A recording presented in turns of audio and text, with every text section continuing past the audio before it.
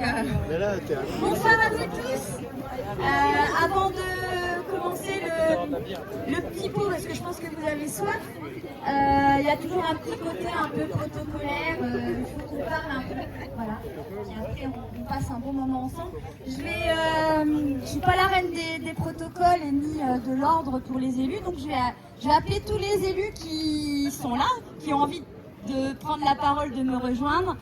Il y a Monsieur le maire de Montmartin, Madame Aurélie Gigant, Monsieur Bersauter, Dany Ledoux et Madame la sous-préfète de Coutances. Je crois que j'ai oublié personne. Et je crois que je l'ai plutôt bien dit.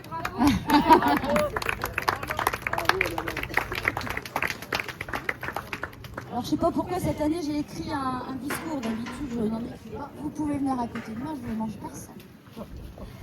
Bonsoir à toutes et à tous. Merci d'être ici et merci d'être chacun à votre manière des constructeurs et des constructrices. Plus fort, c'est ça? Ah, bien dedans, ok. De cette 34e édition de Chauffer dans la noirceur. Cette année, nous avons choisi comme fil rouge un mot simple, les passerelles. Dans un monde où l'on nous parle souvent de frontières, de fractures, de replis, nous avons eu envie de parler de ce qui relie. Parce qu'une passerelle, ce n'est pas simplement un ouvrage, c'est un choix.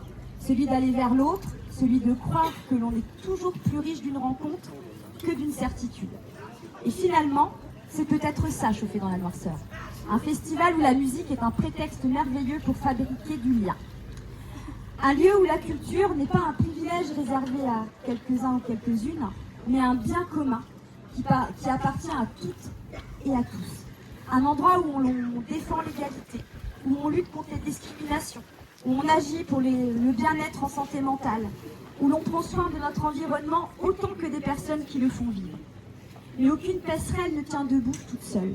Elle repose sur des piliers. Et nos piliers, là, vous préparez, parce qu'il va falloir faire du bruit, parce qu'ils sont en train de travailler. Donc il faut qu'ils arrivent à vous entendre quand même. Nos piliers, ce sont d'abord nos bénévoles. Je crois profondément, nous croyons profondément, qu'ils sont l'une des plus belles réponses à une époque qui dit parfois que plus personne ne s'engage. Chaque année, ils donnent des centaines, voire des milliers d'heures. Ils prennent des congés, ils repoussent leurs vacances, ils montent des barrières, accueillent le public, servent des repas, orientent les festivaliers, démontent jusqu'au bout de la nuit, sans jamais perdre le sourire qui fait l'âme de Chauffer. Le bénévolat, ce n'est pas du temps donné, c'est du temps partagé. C'est une des manières de dire, moi j'ai trouvé de vous dire que nous ici on croit encore au collectif. Et je crois que c'est ça aussi l'essentiel. Je voudrais également saluer celles et ceux que le public voit parfois moins, mais sans qui il n'y aurait ni émotion, ni lumière, ni son. Nos techniciennes et nos techniciens, ils sont les artisans de l'invisible. Ils arrivent avant tout le monde, repartent après tout le monde, travaillent souvent dans l'ombre pour que d'autres soient dans la lumière. Quand un concert est magique, on applaudit les artistes et c'est normal.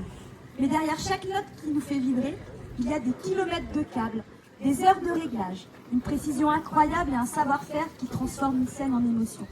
Et merci à eux. Merci également à nos salariés qui portent ce projet toute l'année avec une énergie et une exigence remarquables. Et cette année, j'ai aussi envie de mettre un coup de projecteur sur celles et ceux qui font battre ce cœur de l'association 365 jours par an, et je peux vous garantir qu'ils ne comptent pas leurs heures non plus. À Léna et Claire, qui vivent leur première année au sein de l'équipe avec enthousiasme, fraîcheur et une énergie tellement contagieuse. À Isia, qui poursuit l'aventure avec cette capacité à transformer les idées en réalité. Et je peux vous assurer que des idées, il en a. Et elles sont des fois très abracadabantesques. C'est très dur à dire ça. À Laurie, qui apporte son regard, sa sensibilité et son engagement au quotidien. À Léa, Mayanne, Mathieu, Virgile, Loïse, Loise aussi on dit. Nos stagiaires et volontaires en service civique qui choisissent de consacrer une partie de leur parcours à cette aventure collective. Ils viennent apprendre, bien sûr, mais ils nous apprennent aussi. Ils nous rappellent que transmettre est toujours un échange. Au fond, une association n'est pas seulement une structure, c'est une odyssée humaine. Et dans toutes les odyssées, il faut des explorateurs, des rêveurs, des artisans, des équipages capables d'affronter les tempêtes, de réparer les voiles quand le vent souffle trop fort. et de continuer à regarder l'horizon avec envie. Chers salariés, vous êtes notre équipage. Grâce à vous, je parle toujours aux salariés, Chauffer dans la noirceur n'est pas seulement un festival qui existe quelques jours par an, c'est un projet qui respire toute l'année, qui crée du lien, qui fait grandir les personnes autant que les idées. Et merci vraiment de faire vivre cette odyssée. Et merci à vous, nos partenaires, alors je ne vais pas tous vous citer, je pense que j'en oublierai, élus, collectivités, entreprises, mécènes, et je crois que pour une première fois je vais le dire, les gendarmes. Merci. Merci à la gendarmerie, à la brigade de Bréal, de nous soutenir et d'être nos partenaires, et de le faire avec humanité, respect de nos festivaliers et aussi compréhension. Vous faites partie du bon fonctionnement de ce festival et vous nous aidez à prévenir aussi les risques et on vous en remercie. Voilà, votre soutien à tous et à tous n'est pas seulement financier, c'est une marque de confiance envers une vision de la culture, toujours cette culture qui rassemble, j'ai presque fini, une culture qui émancipe, une culture qui fait vivre un territoire. Alors ce soir, je vous souhaite de continuer à construire ces passerelles avec nous. Et là, je vous parle à vous tous. Merci de construire ces passerelles avec nous. Entre le monde économique et le monde associatif, au final, il n'y a pas tant de différence et que la passerelle, elle est facile à construire. Entre les générations, entre les habitants d'ici et les artistes venus d'ailleurs, entre celles et ceux qui pensent que la culture est essentielle et ceux que nous n'avons pas encore convaincus, mais qu'on a vraiment envie de convaincre, quelle que soit leur sensibilité. Parce qu'au fond, un festival ne se mesure pas seulement au nombre de spectateurs, il se mesure au nombre de liens qui se créent.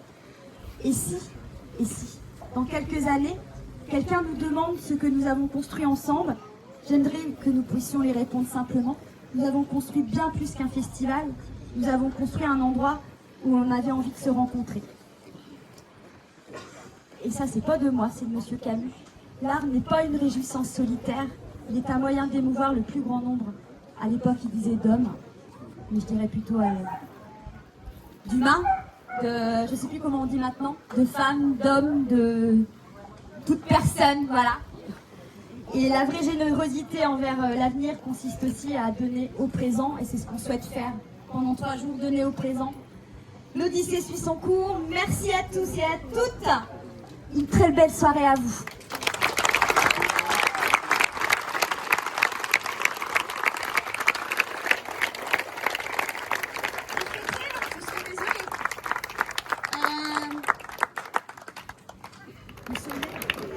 Alors, je serai extrêmement bref parce que je suis la dernière intervenante qui vous sépare du petit coup à boire qui va tous nous rafraîchir. Tout d'abord, quel chanceux vous êtes dans ce territoire.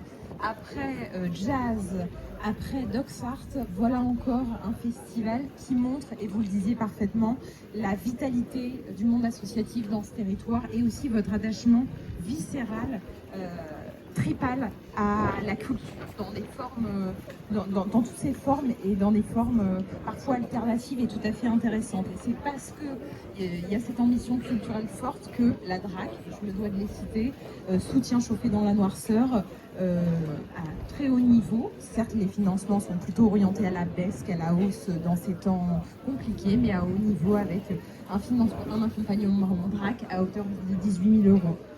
Qui montre que l'État est au rendez-vous de votre manifestation et reconnaît la qualité de votre festival. Je vous remercie d'avoir évoqué les ponts et d'avoir associé dans ces ponts les services de l'État côté gendarmique. Et voilà, il me semble qu'il faut aussi saluer la qualité de nos relations dans l'organisation du festival avec les gendarmes, avec les pompiers, avec le Conservatoire du Littoral qui nous permet de faire un festival dans un écrin absolument exceptionnel, parce qu'aussi les organisateurs ont le sens de la responsabilité, qui est reconnu unanimement, et cette année plus que les autres, alors qu'on bascule en vigilance orange demain, il faudra qu'on accompagne et qu'on adapte le festival au public. Donc voilà.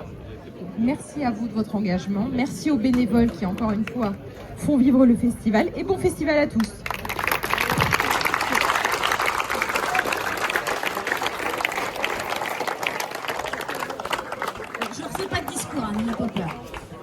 Merci merci à vous tous. Enfin, voilà. Alors, je vais peut-être mal prononcer le petit concert qui va suivre. Ne dites pas non, vous allez danser. Et je vous remercie, partenaires, mécènes, je sais pas quoi, partenaires, d'être là ce soir. Et je pense que vous avez soif. Et juste après le concert, vous pouvez rester. On diffuse le match, on est en mode privé. Donc s'il y en a qui veulent rester regarder le match avec nous, avec les équipes. Et avant de terminer, je voudrais énormément de bruit pour les bénévoles et les techniciens qui sont en train de travailler.